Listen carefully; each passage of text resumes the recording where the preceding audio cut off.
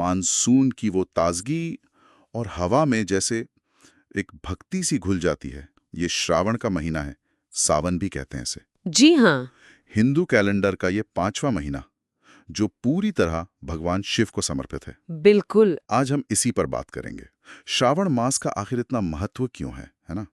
इसकी एक रूपरेखा समझेंगे और जानेंगे कि ये महीना इतना खास क्यों माना जाता है। हाँ, चलिए शुरू करते हैं। तो सबसे पहले बताइए कि श्रावण का ये महत्व ये बस कैलेंडर का महीना है या कुछ और? नहीं नहीं, ये सिर्फ एक महीना नहीं है। ये आप कह सकती हैं आध्यात्मिक ऊर्जा और एक तरह से आत्मचिंतन का समय है। और इसका सीधा संबंध भगवान शिव से है, जो त्रिदेवों में संहारक भी हैं और परिवर्तक भी। अच्छा, तो ये जो जुड़ाव है श्रावण और शिव का, ये कैसे बना? वो समुद्र मंथन वाली कहानी से? जी हाँ, बिल्कुल।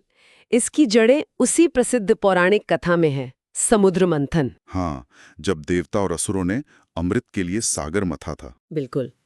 और कहते हैं कि ये श्रावण मास में ही हुआ था। बिल्कुल। पर अमृत से पहले कुछ और निकला था। वो भयानक विष हलाहल, हाँ, हलाहल विष। जिसमें कहते हैं पूरी सृष्टि को खत्म करने की शक्ति थी। सही कहा। और जब कोई भी देवता या असुर उसे लेने को तैयार नहीं हुआ, तब भगवान शिव ने तब भगवान शिव ने असीम करुणा दिखाई। उन्होंने ही सृष्टि को बचाने के लिए वो विष पी लिया। और वो विष उनके गले में ही रुक गया। हाँ, कंठ में। जिससे उनका गला नीला पड़ गया और वो नीलकंठ कहलाए। ये तो सुना है। जी, लेकिन इसका श्रावण की पूजा से क्या संबंध है, अभिषेक वगैरह से? उसी विष की जलन को शांत करने के लिए देवताओं ने उन पर शीतल जल, दूध ऐसी पवित्र चीजें चढ़ाई। अच्छा। माना जाता है कि श्रावण में तो प्रकृति खुद ही बारिश के रूप में शिव का अभिषेक करती है। हाँ, ये तो है। तो वहीं से प्रेरणा लेकर श्रावण में खासकर सोमवार को शिवलिंग पर जल, दूध, बेलपत्र चढ़ाने की परंपरा बनी। अभिषेक करने की। ये शिव के प्रति आभार जताने का तरीका है। हाँ, उनके त्याग के लिए। बिल्कुल। उनकी करुणा, उनके त्याग के लिए कृतज्ञता। और ये जो सोमवार का विशेष महत्व है, सोमवार ही क्यों? हाँ, सोमवार, सोम का अर्थ है चंद्रमा। हाँ, जो शिव जी के मस्तक पर हैं। जी, जो उनके समय और भावनाओं पर नियंत्रण का प्रतीक भी है।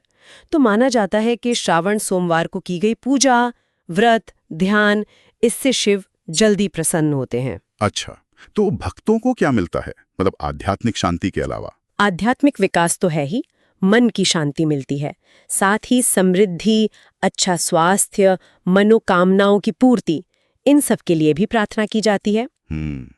तो चलिए कुछ मुख्य जो प्रथाएं हैं इस महीने की, उन पर एक नजर डालते हैं।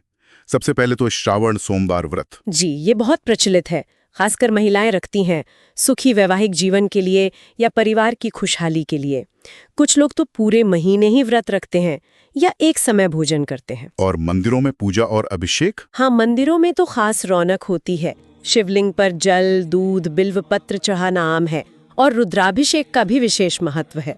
रुद्राभिषेक क्या होता है? उसमें मंत्रोच्चार के साथ शिवलिंग का अभिषेक किया जाता है, जल, दूध, शहद, घी, दही, इन सब पवित्र चीजों से। अच्छा, और मंत्र जाप? हाँ, ओम नमः शिवाय का जाप तो सबसे आम है। महामृत्युंजय मंत्र का जाप भी बहुत लोग करते हैं, ध्यान लगाते हैं, रुद्राक्ष पहनते हैं या उसकी माला से जाप करते हैं। रुद्राक्ष को शिव के आंसुओं से उत्पन्न माना जाता है ना? जी हाँ, ऐसी मान्यता है। और एक और अद्भुत चीज, वो कांवड़ यात्रा। ओहो, कांवड़ यात्रा, वो तो भक्ति और दृढ़ संकल्प का एक अलग ही नजारा है। लाखों लोग कांवड़िए? हाँ, कांवड़िए पवित्र नदियों से जैसे गंगा जी से जल लेकर आते हैं, अक्सर नंगे पैर, सैकड़ों किलोमीटर पैदल चलकर। और फिर उस जल से अपने यहाँ के शिव मंदिरों में अभिषेक करते हैं। जी, ये उनकी श्रद्धा और सहन शक्ति की परीक्षा भी है और प्रदर्शन भी। बहुत अद्भुत है। पर एक बात और, ये महीना सिर्फ शिवजी तक ही सीमित नहीं है, शायद और भी त्योहार आते हैं इसमें। हाँ, आपने सही कहा। श्रावण सिर्फ शिव पूजा का ही महीना नहीं है, इसी महीने नाग पंचमी आती है। हाँ, नागों की पूजा। जी, फिर रक्षाबंधन भी अक्सर इसी महीने या इसके आसपास पड़ता है।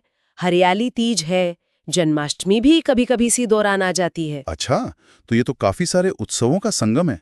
बिल्कुल, ये दिखाता है कि श्रावण मास कैसे आस्था, प्रकृति और हमारे रिश्तों के उत्सव को एक साथ जोड़ता है।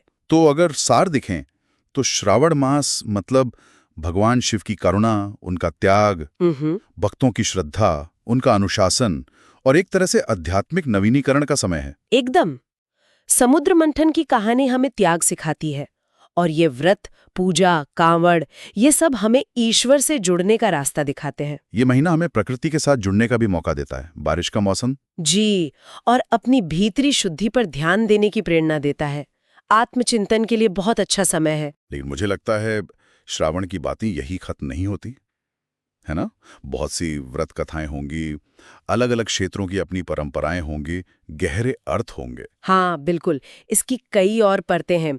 बहुत सी कथाएं, विशेष अनुष्ठान और गहरे आध्यात्मिक रहस्य हैं जिन्हें जानना बाकी है। तो उन गहराइयों में हम अपनी अगली कड़ी में उतरेंगे। जरूर।